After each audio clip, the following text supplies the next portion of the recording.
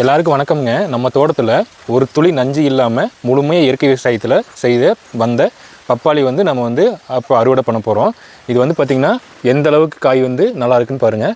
ஃபுல்லாக எவ்வளோ காய் பிடிச்சிக்குன்னு பாருங்கள். இந்த இடத்துல நிழல் இருந்தாலும் நம்ம கொடுக்க வேண்டிய இயற்கை முறையில் கொடுக்க வேண்டிய உரங்களை கரெக்டாக கொடுத்தோம்னா சூப்பராக காய்க்குங்கிறதுக்கு இந்த மரம் ஒரு உதாரணம். இப்போ நம்ம ஃபஸ்ட்டு ஹார்வெஸ்டிங் பண்ணிடலாமா?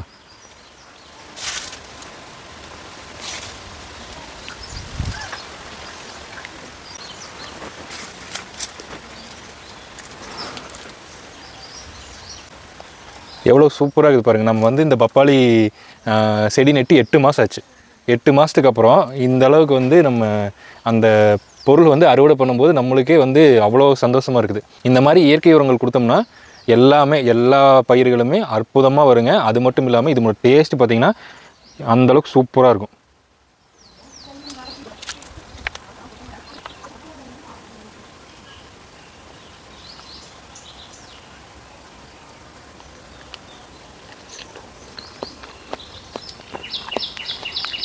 சூப்பராக இருக்குது.